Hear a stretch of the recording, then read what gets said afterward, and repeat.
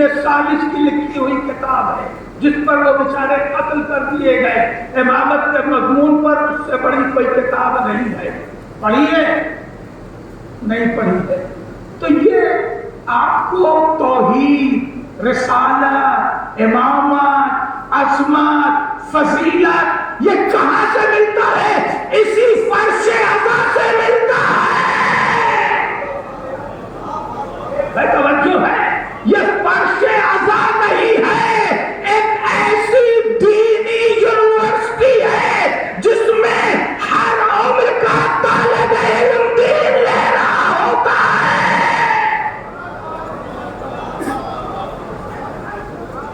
اور خدا کی قسم اسی کی بدولت، اسی فرش عزا کی بدولت آپ کے پاس ایمان کا، یقین کا، عقیدے کا، کل میں نے عرض کیا تھا اس سے بلند کر رہا ہوں کہ ایمان، عقیدے، فلسفہ، عقائد، دین، اسلام، شریعت کا اتنا مضبوط ذخیرہ ہے کہ بڑے سے بڑا خریدنے والا تمہیں خرید نہیں پاتا. صلوات پڑھیں امت ثانیہ زہرا پر بلند کریں.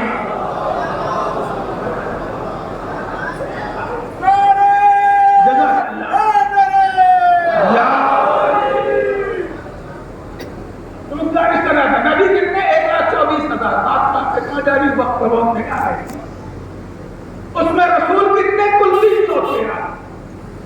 313 میں قرآن میں تو چند ہی کا ذکر ہے، کل رسول 313. ان 313 میں بھی صاحب شریعت 5 ہیں. ہر نبی نہ شریعت لے کے آیا، نہ ہر نبی کتاب لے کے آیا.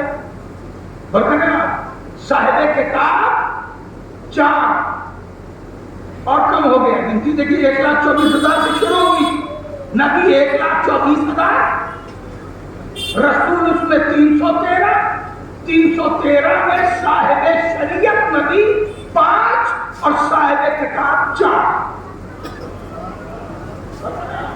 اب کچھ نبی وہ ہیں جو صاحب کتاب نہیں ہیں، وہ صاحب صحیفہ ہیں، جس میں جناب ابراہیم صاحب صحیفہ نبی، صاحب کتاب نہیں جبکہ صاحب شریعت ہے، مگر صاحب کتاب نہیں، صاحب شریعت ہے مگر صاحب کتاب نہیں ہے.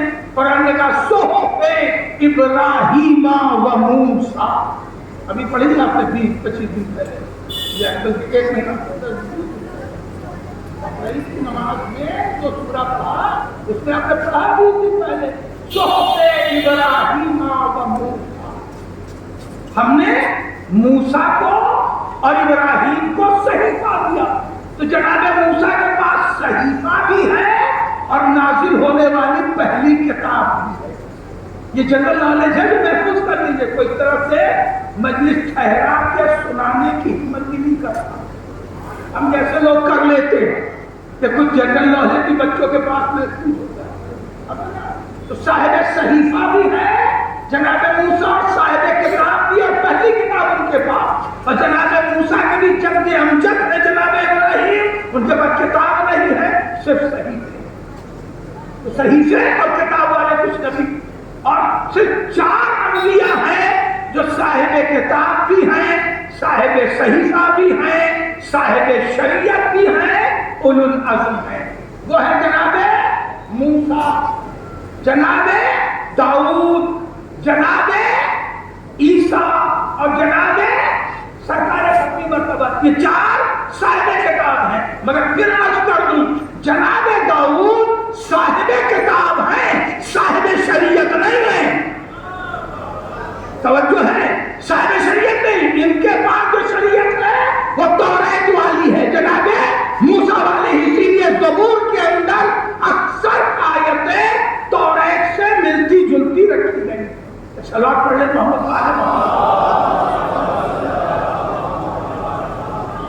آپ حضرات. اگر پنکھا دیکھ دیکھ کے تھوڑا سمجھ جاتے تو اچھا تھا، مگر پنکھا دیکھ دیکھ چلو آپ پڑھ لیں محمد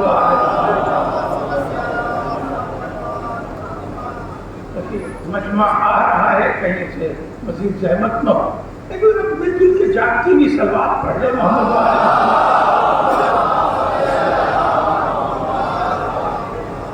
یہ جنرل نالج کی بات تھی جو اپنے بچوں تک پہنچانی ضروری تھی. تو میں عرض کیا کر رہا تھا کہ نبی، بڑی نازک بات سے گزرنا تھا تو مجھے ٹھہرنا پڑ گیا.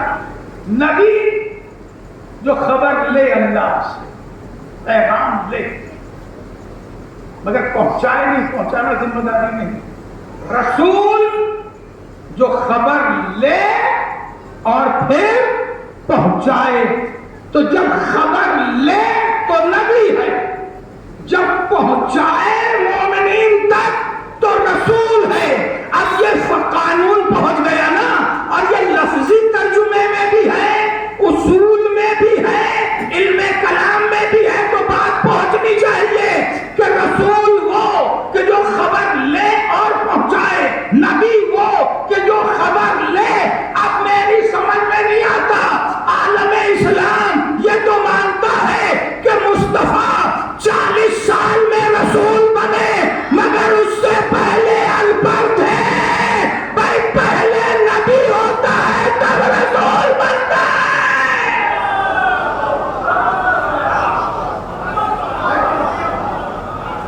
رسول بن ہی نہیں سکتا کہ جو پہلے نبی نہ ہو. اب مل کے سماعت پڑھ لیں محمد وعلى محمد.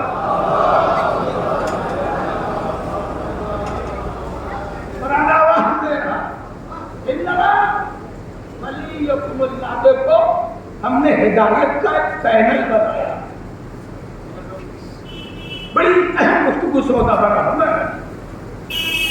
ہم نہیں آتے تمہارا ہدایت کرنے کے، ہم رسول بھیجتے. تو تمہارا ولی، تمہارا مولا، تمہارا حاکم، تمہارا سرپرست، ساری لفظوں کو قبول کیجئے گا. مولا، حاکم، سرپرست، ذمہ دار تمہارا کون ہے؟ میں ہوں. اور پھر میرے بعد کون ہے؟ رسول. انما ولیکم اللہ ورسولہ. رسول تمہارا ولی، حاکم، ذمہ دار، مولا. اب پھر ارشاد ہوتا ہے والذین آمنوا الذین یقیمون الصلاۃ ویؤتون الزکاۃ وہم راکعون. اور رسول کے بعد تمہارا مولا، تمہارا سرپرست، تمہارا حاکم، تمہارا نگراں، تمہارا ذمہ دار، تمہارا خیال رکھنے والا وہ ہے جو حالت رکوع میں زکات دے. تمام معتبر مفسرین نے لکھا کہ علی کے علاوہ کسی نے زکات نہیں دی. حالت رکوع میں زکات مولائے کائنات نے دی. تو پہلے مکمل ہو گیا. ہدایت کس کے ذریعے آ رہی ہے؟ اللہ سے رسول. پالنے والے تو نے اپنا تو نام بتایا، انما ولیکم اللہ.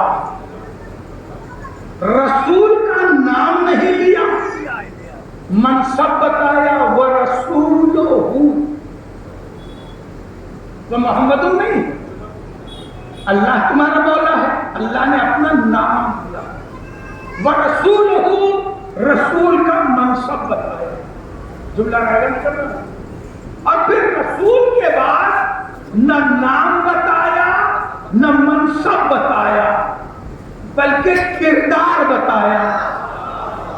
ہاں توجہ ہے کہ اور وہ تمہارا مولا ہے جو حالت رکوع میں زکات دیتا ہے. پالنے والے تو نے یہاں نام کیوں نہیں لے لیا؟ یہ کردار کیوں بتا دیا؟ قدرت آواز دے گی ہم نے اپنا نام لیا، کیونکہ دوسرا اللہ نہیں ہو سکتا. مصطفیٰ کا منصب بتایا ہے کیونکہ اسے ہم نے رسول بنایا ہے، مگر اس کے بعد کردار اس لیے بتایا کہ نام چرایا جا سکتا ہے، کردار چرایا نہیں جا سکتا.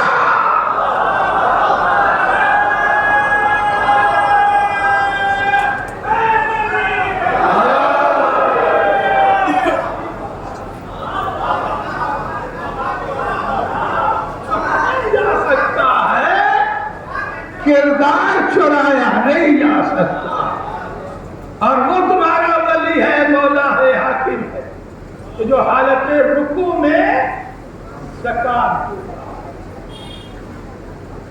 روایت کہتی ہے کہ ایک سائل مدینے میں آیا اور آنے کے بعد اس نے 10-20 گھر جو بھی سوال کیا اسے کچھ ملا نہیں۔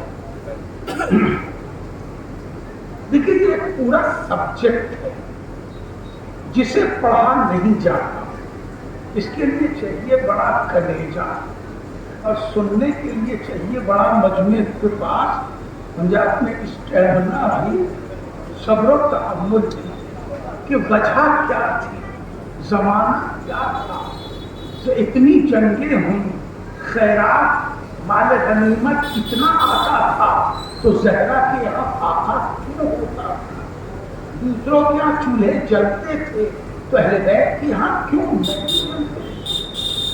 بہت ڈیپ فرق ہے، پہنچنا چاہیے، مگر آج ہمارا موضوع نہیں ہے۔ سوچتے رہیے گا، پڑھتے رہیے گا، کبھی فرمائش کیجیے گا تو پڑھ دوں گا، مگر یہ بہت گہرا سبجیکٹ ہے۔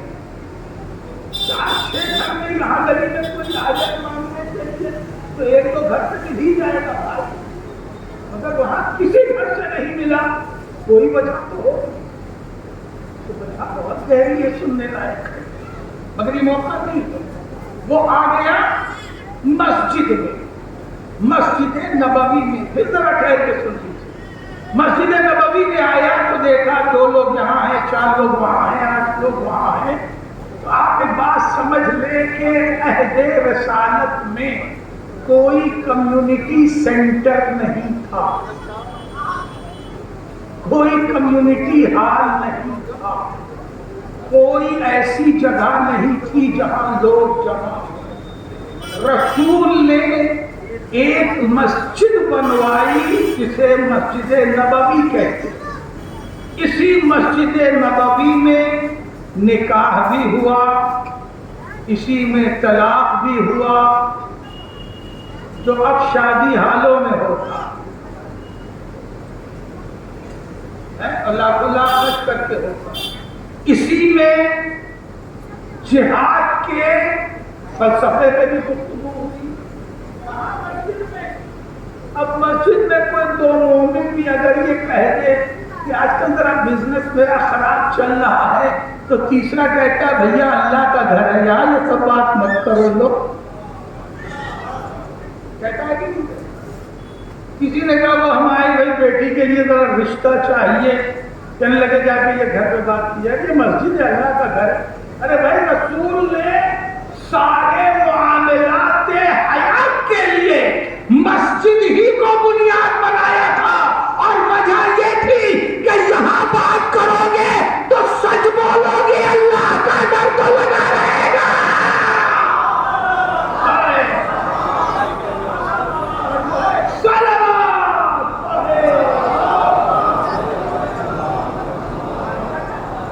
رسول نے مسجد نبوی سے بزنس نہیں کیا؟ کیا رسول نے مسجد نبوی سے حلال و حرام پر ڈسکس نہیں کیا؟ کیا رسول نے مسجد نبوی سے خلوت، جلوت، شادی، بیاہ، مرنا، جینا، بچے، اولاد، تربیت، اس پر گفتگو نہیں کی؟ اور جو ہے مسجد کو ہم نے چھوڑ دیا نماز کے لیے، امام بارے کو ہم نے چھوڑ دیا مجلس کے لیے، اور نکڑ نکڑ کھڑے ہو کے باتیں کرتے رہتے ہیں۔ توجہ ہے، نکڑ نکڑ کھڑے ہو کے باتیں کرتے رہتے ہیں، ٹی اسٹال کے اوپر ہے، ریسٹورنٹ میں ہے، پان کی دکان پر ہے۔ یہ آوارگی کی جگہ چھوڑو، بیٹھو، یا امام بارے میں بیٹھو یا مسجد میں بیٹھو، صلوات پڑھے بابا۔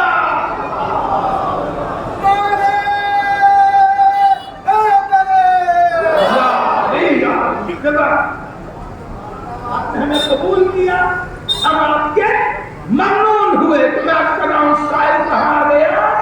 مسجد نبوی میں، اور آنے کے بعد کہا اے بھائیوں میرے لیے کچھ مدد کر دو، میں سائل ہوں، ضرورت مند ہوں، مگر لوگ آپس کی باتوں میں اتنا مصروف تھے، 2 یہاں 4 وہاں 3 وہاں، دنیا باتوں میں لگی تھی، علی نماز میں تھے۔ مسجد وہی ہے، ایسا نہیں ہے کہ مولا کائنات نے سب کو بھگا دیا، بھاگو یہاں سے ہمیں نماز پڑھنی ہے۔ ایک کونے میں مولا کائنات عبادت کر رہے ہیں، اور یہ عبادت مستحب بھی ہے، واجبی نہیں ہے۔ یہ 2-3 باتیں بڑی نازک، یہ مستحب بھی ہے، کیونکہ واجب نماز رسول پڑھاتے ہیں، سب لوگ مل کے پڑھتے ہیں، نماز کے وقت کوئی گپ نہیں لڑاتا، کوئی بات چیت نہیں ہوتی، تو جماعت نہیں ہو رہی ہے۔ مولا کائنات اپنی عبادت میں مصروف ہیں۔ پکڑیں آپ، سوائق محرقہ کے خالق ابن حجر تک نے لکھا، نماز میں مصروف ہیں۔ اس نے لوگوں سے سوال کیا مگر کسی نے جواب نہیں دیا، کسی نے 4 جگہ مصرع جگہ اکبر آبادی کے 4 مصرے پتہ نہیں کہاں سے ذہن میں ہٹ کر گئے۔ تو کہتے ہیں کیوں چلے آتے ہیں سائل ایک فاقہ کش کے گھر؟ روایتیں بھری پڑی ہیں، زہرا نے قسم کھا کے کہا کہ میرے گھر میں دینے کو کچھ نہیں ہے، اچھا لو میری چادر لے جا کے بیچو۔ فقیر نے کہا یہ لو میری چادر، اسے بیچ کے کام چلا لو، تمہیں دینے کے لیے گھر میں کچھ نہیں ہے۔ کیوں چلے آتے ہیں شاعر ایک شعر سناتا نہیں، مگر جب یہاں سے کہہ دیتا ہے کوئی تو سناتے ہیں۔ کیوں چلے آتے ہیں شاعر ایک فاقہ کش کے گھر؟ کیا مدینے بھر میں دروازہ کھلا کوئی نہ تھا؟ کیوں چلے آتے ہیں شاعر ایک فاقہ کش کے گھر؟ کیا مدینے بھر میں دروازہ کھلا کوئی نہ تھا؟ تو اے روایت کے اسیروں، لوگ درایت کی خبر، درایت منظر کو کہتے ہیں، روایت کہی ہوئی باتوں کو کہتے ہیں۔ اے روایت کے اسیروں، لوگ درایت کی خبر، سب غنی تھے نام کے، حاجت روا کوئی نہ تھا۔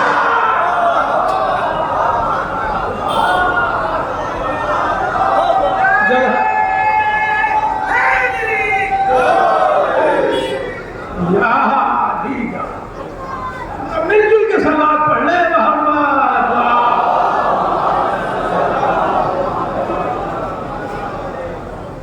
سب غنی تھے نام کے، حاجت روا کوئی نہ۔ اس نے سوال کیا تو جواب نہیں ملا، تو سائل تھا، سمجھدار تھا۔ مسجد نبوی اپنی عظمتوں کے اعتبار سے دوسرے درجے میں، سب سے پہلے درجے میں ہے مسجد الحرام کعبہ، اس کے بعد ہے مسجد نبوی، قبولیت دعا کے لیے، مغفرت کے لیے۔ بتا رہے ہیں آپ اپنی کہ حج کے انتظار میں اپنی جان سے مت جاؤ۔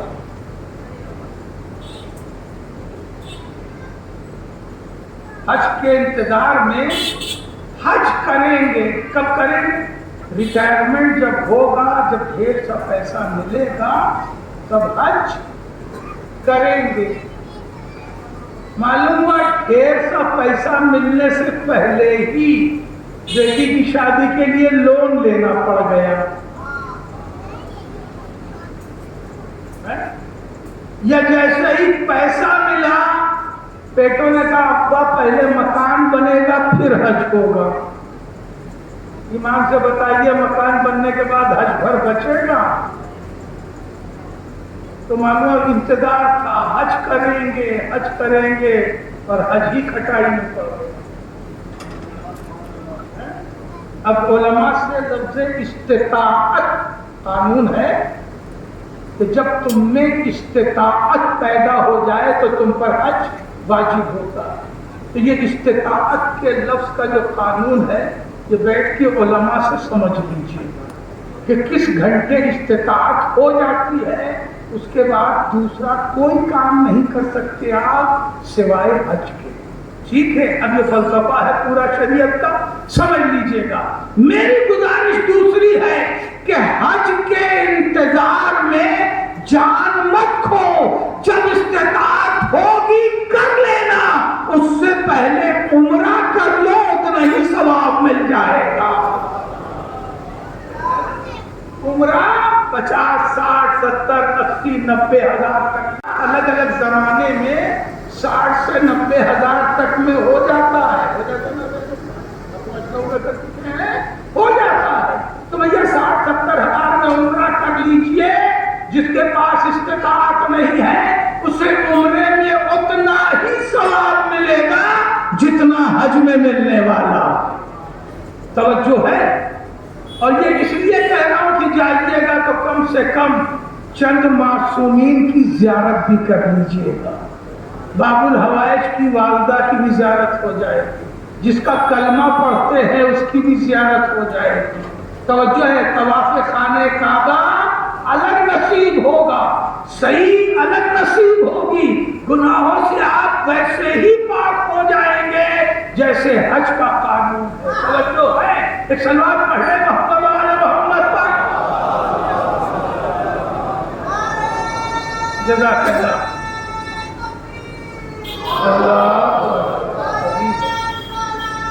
یا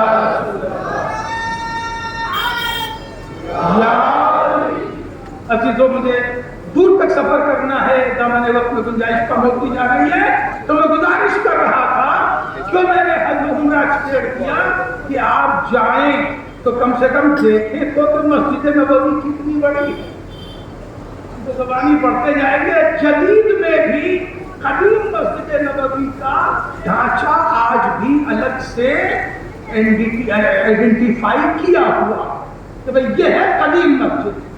اب جب دیکھ لیں تو پھر لطف آئے گا کہ لوگ کہاں بیٹھ کے باتیں کر رہے تھے، مولا کہاں نماز پڑھ رہے تھے، مولا عبادت میں جب اسے کہیں سے نہیں ملا تو وہ جانتا تھا عام جگہ نہیں مسجد نبوی میں ہو۔ اس نے ہاتھ بلند کیے اور کہا پالنے والے تو گواہ رہنا کہ میں تیرے گھر سے بھی واپس جا رہا ہوں۔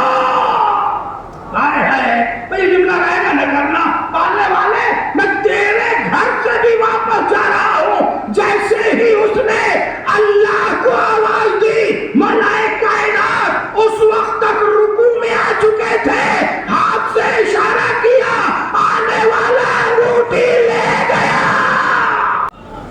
کہاں رہ گیا؟ آیت میں کریکٹر بیان کیا، اللہ ولی ہے رسول جانتے، خود وہ ولی ہے یہ رسول جانتے، مگر اب وہ ہے جو حالت رکوع میں زکات دینے والا۔ اب علی کی نماز تو رکوع سے سجدہ اور تشہد تک آ گئے۔ ابھی کون ہے کہ جس نے ابھی ابھی زکات دی ہے، خیرات کیا ہے، تو انہی بیٹھنے والوں نے کہا کہ یا رسول اللہ یہ تو علی ہیں کہ جنہوں نے زکات دی، تو ہمارے رسول نے آواز دی اللہ نے علی کے لیے یہ سند ولایت بھیجی ہے۔ ایک صلوات پڑھے محمد۔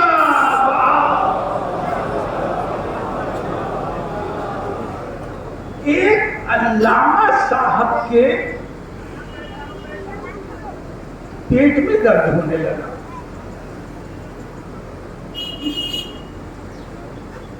صاحب تفسیر نے تفہیم القرآن، انہوں نے کہا علی نے زکات دی یہ بھی ٹھیک، اللہ نے آیہ ولایت بھیجی یہ بھی صحیح، کوئی غلط نہیں۔ اسی کو ان سے پہلے بڑے بڑے مفسرین لکھ چکے ہیں کہ یہ آیت محض مولا کائنات کے لیے آئی ہے، اس میں کوئی شریک نہیں، یہ بھی ٹھیک۔ مگر علی کی نماز کا خشوع اور خضوع جاتا رہا،